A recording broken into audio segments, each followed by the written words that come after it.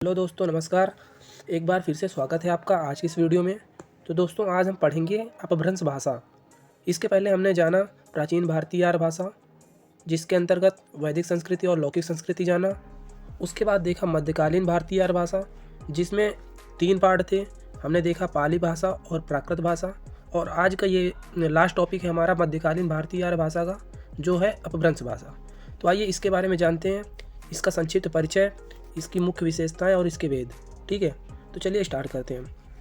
अपभ्रंश भाषा आधुनिक भाषाओं के उदय से पहले, यानी कि आधुनिक भाषाएं के शुरू होने के पहले अपभ्रंश भाषा उत्तर भारत में बोलचाल और साहित्य रचना की सबसे प्रमुख भाषा थी।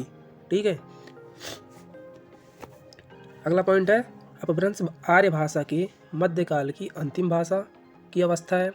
मैंने बताया पहले प्राकृत और पॉली प्राकृत, और ये अंतिम भाषा अपभ्रंश। ठीक है, जो प्राकृत और आधुनिक भाषाओं के बीच की भाषा है। इसके जस्ट बाद आधुनिक भारतीय आर्य भाषाएं स्टार्ट होंगी, और ये हमारी इसके पीछे क्या कौन सी भाषा थी? प्राकृत। तो ये कौन सी है? उसके बीच की भाषा है। कहने का आशय ये है। ठीक है, अगला पॉइंट है इसके पूर्व प्राचीन कालीन भाषाओं के लिए भी सम्मान सूचक संज्ञाओं का प्रयोग हुआ था, यानी कि इस भाषा से पहले भी जो भाषाएं आई थी उनका एक अपने आप में क्या वर्चस्व था, अपने आप में उनकी एक आदर था उन भाषाओं का। एक तरफ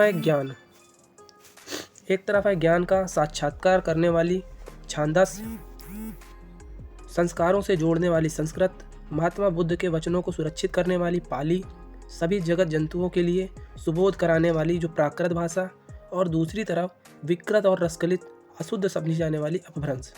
ठीक है, कहने का मतलब ये है साक्षात्कार करने वाला जो छांदस है, संस्कारों से जोड़ने वाली संस्कृत, महात्मा बुद्ध के जो वचन थे उनको सुरक्षित करने वाली जो पाली भाषा है, जो कि पाली भाषा में लिखे गए थे उनके जितने भी ग्रंथ थे, सभी जगत जंतुओं के लिए सुबोध प्राकृत, यानी कि पहली जन भाषा हमारी कौन सी थी? प्राकृत, और दूसरी तरफ विकृत, रसकलित और अशुद्ध समझी जाने वाली, जिसके बारे में हम पढ़ रहे हैं, अपभ्रंश। ठीक है, तो आइए इसके बारे में आगे पढ़ते हैं। अपभ्रंश भाषा के भेद, इसके कौन कौन से भेद हैं? पहला है नागर, दूसरा है उपनागर, तीसरा है ब्राचड़। तो इनकी डिटेल में हम जानकारी लेते हैं। चलिए नेक्स्ट स्लाइड पे, थोड़ा सा इसको बड़ा कर लेते हैं ताकि समझ में आए अच्छे से। ठीक है,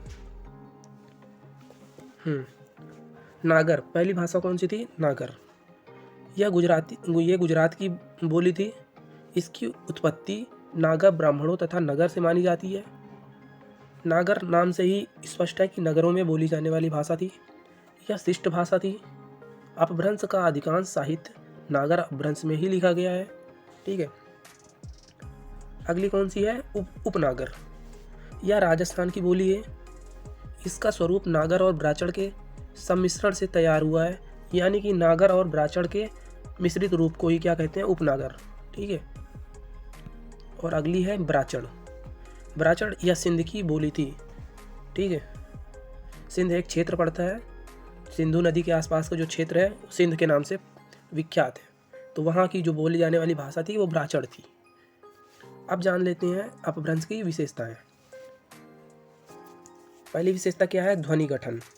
अपभ्रंश से स्वरों और व्यंजनों की व्यवस्था लगभग प्राकृत जैसी ही रही है, यानी कि ज़्यादा कुछ चेंजमेंट नहीं है, इसमें ज़्यादा कुछ बदलाव नहीं है। स्वर और व्यंजन जो है प्राकृत जैसे ही हैं। देखते हैं स्वर। ठीक है, अपभ्रंश में पाली प्राकृत की तरह आ, ई, उ, ए और री, ये री लिखा हुआ है। ठीक है, री और ओ आदि स्वर प्रयुक्त होते हैं। अधिकांशतः वर्ण विकार आ, ई, उ, ए, अर, री में हुआ है, यानी कि ये जो हमारे वर्ण हैं इनका जो ज़्यादातर प्रयोग होता है ना वो री में होता है। जैसे कृष्ण का किन ये लिखा हुआ है, मृदु का मऊ लिखा है, कृपाण का किपाड़ लिखा है, क्रमी का किमी, ऋण का ऋण। देख सकते हैं इसमें क्या बदलाव आ रहे हैं। ठीक है, इसी की जगह री का प्रयोग किया जा रहा है, रिद्धि का रिद्धि। ठीक है, ये हमारी रही विशेषताएं। इसकी विशेषताएं कौन कौन सी रही? इनका प्रयोग जो है आ, ई, ए की जगह क्या होता है? री होता है। ठीक है, तो चलिए आज के लिए बस इतना ही, मिलते हैं अगली वीडियो में। अगली वीडियो में हम लोग बात करेंगे आधुनिक भारतीय 8 भाषाओं के बारे में, ठीक है, और अलग से एक एक के बारे में डिटेल से सभी बोली और भाषाओं के बारे में जानेंगे, ठीक है। Thank you so much.